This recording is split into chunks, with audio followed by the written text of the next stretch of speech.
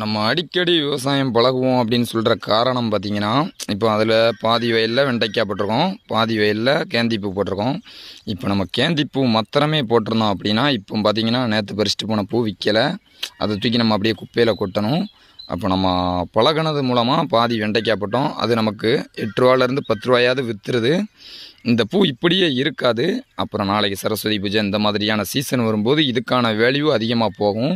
அப்போ நம்ம இதெல்லாம் நினச்சி கவலைப்படக்கூடாது.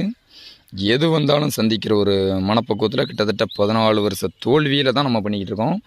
இதில் நம்ம 14 வருஷம் பழகினது தான் அதில் பாதியாகவும் இதில் பாதியாகவும் பிரித்து போட்டிருக்கோம்.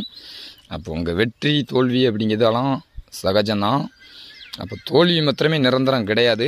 ஒரு நாள் இல்லை ஒரு நாள் வெற்றி வரும். பெரிய அளவில் இருக்கும். அது நம்ம இத்தனை நாள் கற்றுக்கிட்ட அந்த பழக்கம் நமக்கு நல்ல ஒரு விதமான கை கொடுக்கும். நல்ல